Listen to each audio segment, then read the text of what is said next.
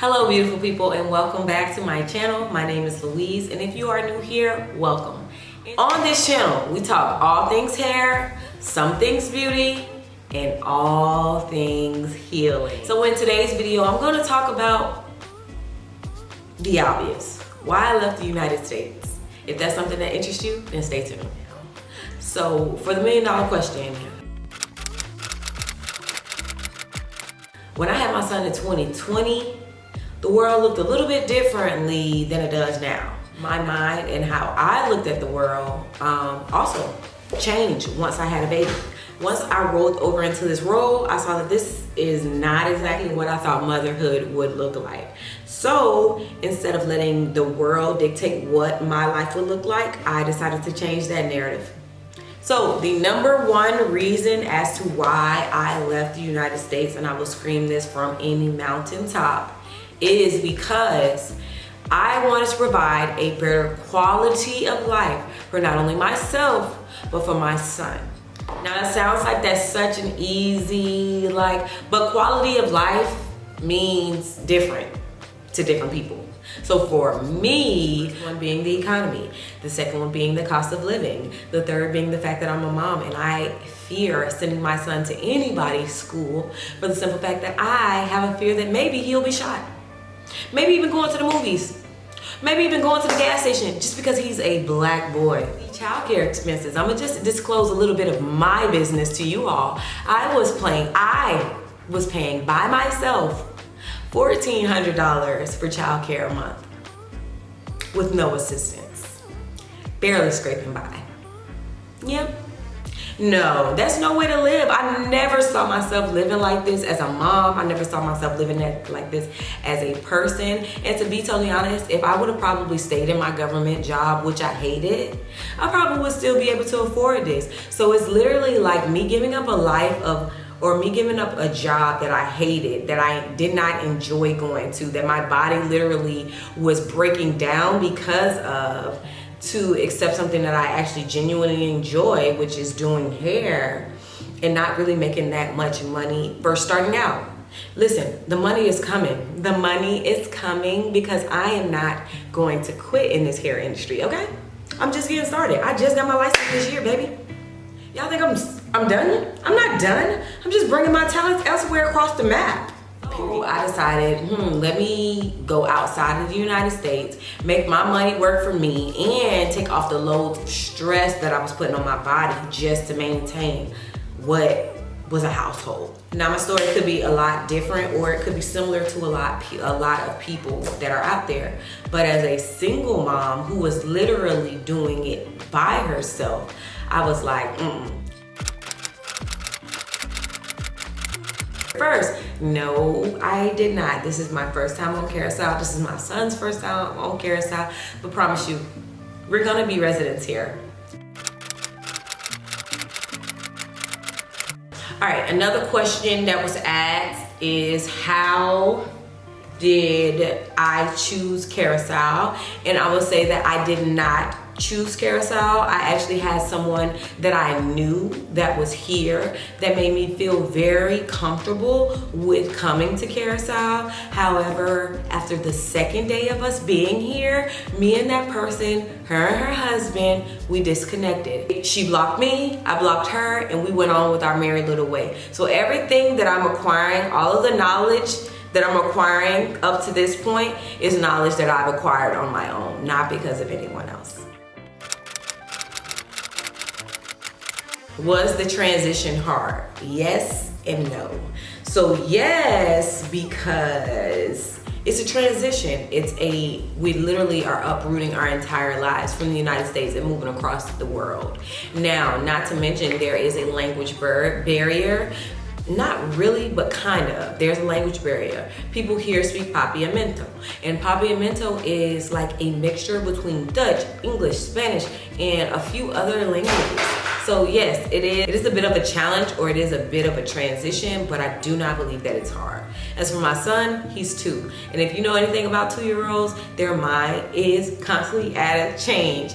So before we transitioned into this move across the country, I actually took him out of daycare and we bonded for the last month and a half so that this transition wouldn't be as hard for him. And it has been a little bit challenging just because he's a toddler and he doesn't know what's really going on. But I've done my best as a mom to provide that stability within what I'm providing for him so that it's not a super hard transition. Transitions is something that they're good. Settling in is going pretty good. For the first, we got here December 11th. We don't move into our place until January 1st. So we have been transitioning. We have been in an Airbnb. Provide some type of normalcy to our life. Say hello. Hello. Say hi, people. Hi, people. How are you? Cheese. Say, you need a picture? Yes. Say, I want picture. Yeah, he's a Leo. All right. I have plans on coming back to the United States. Immediately, no. My son does have a dad, and I do have to respect their relationship. I will be back in a few short months, and I'll be back multiple times during the year so that my son can visit his dad. And during those times, I pray that I can reconnect with people that I love and care about in the United States. What are my plans? And I think that is behind why did I leave the United States? That's probably the next most frequently asked question, because people immediately are like, well, you do this here, what are you gonna do over there? I have had a rough ass life. Do you see how big my eyes got when I said that? I have had a rough ass life, meaning from childhood all the way up into adulthood. I have had some very, very challenging moments in my life that were either in my control or out of my control. Personally, been in therapy for the past 4 years. I would say 3 years, took a break, and then I came back last year. And in that time, I've learned so much about myself and why I show up the way that I do. To be totally honest, I just want to get to a place where I heal my nervous system, where I'm not in fight, flight, or freeze all the time, simply because I'm not being traumatized. So now I just want to heal. I just want to heal. So yeah, that's what I plan to do initially while I'm here, is to just exist. I know that may trigger some, but for me, it's well deserved. My personality type will not allow me to just sit for an extended period of time. So initially, I want to do probably like 2 to 3 months of just relaxing, just healing, just learning, just loving, just embracing and understanding the culture here. And then, and only then, will I start to look for work. And that work, to me, will be comparable to what I was doing back in the United States. So as a licensed cosmetologist, you know your girl's gonna bring the talents out to Curacao. So transitioning my wig making business, as well as my personal talents and my passion for doing hair out here, healthy hair out here. 2023, what does that look like for me? I can't tell you what 2023 looks like, but read to you what I wrote here because I feel like it's more heartfelt. So my hope for 2023 is that I connect with like-minded, good-spirited people. Heavy on the good-spirited people. With no ill intentions or ulterior motives. Underline ulterior motives. To help increase the visibility of what I'm doing so that other people feel comfortable in doing this themselves. Pour what I have into others. That's it. I know that that's my gift. I know that that's my purpose. So whether I'm doing it in the United States or whether I'm doing it on the island, intention is to pour into the lives of others that need it. Thanks so much for watching my video. I look forward to seeing y'all in my future vlogs and as we unpack, unlearn, relearn, and settle into Curacao. Thank you all so much for watching. I look forward to seeing y'all in my next video. Bye. Just to recap on, I guess, the first week. I say the first week since we've been here. The first few days we did have a bit of a hiccup because the people that I originally knew out here, they had a whole different plan for me once, you know, before I came out here. And I was already like, or they already had a plan and they kind of just edged me into it. And I had a plan for myself. And that plan was just to heal my nervous system and to relax and to be at ease and to have what I consider an extended vacation. Like I don't see where the confusion came in there. Just my intuition, my spirit guides, and everybody got me the hell up out of there.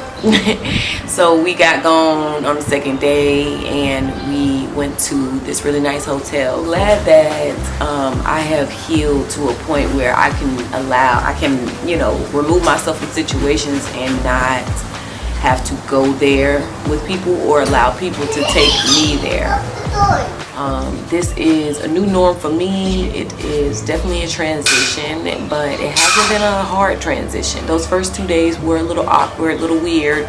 Put me in a position where I had to make decisions really, really fast. But that's what I'm built for. That's what I'm built for. So.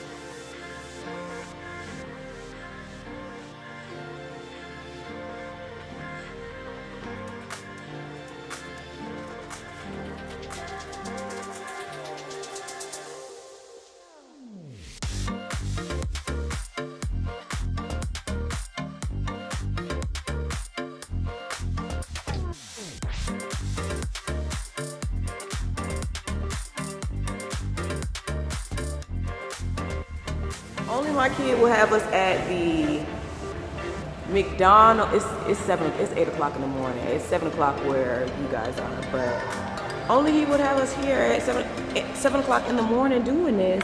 And I like to mention, I have on a dress. This is not for the faint of heart. Being a mom is not for the faint of heart.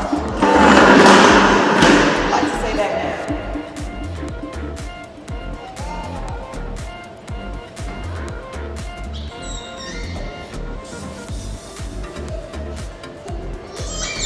Boy,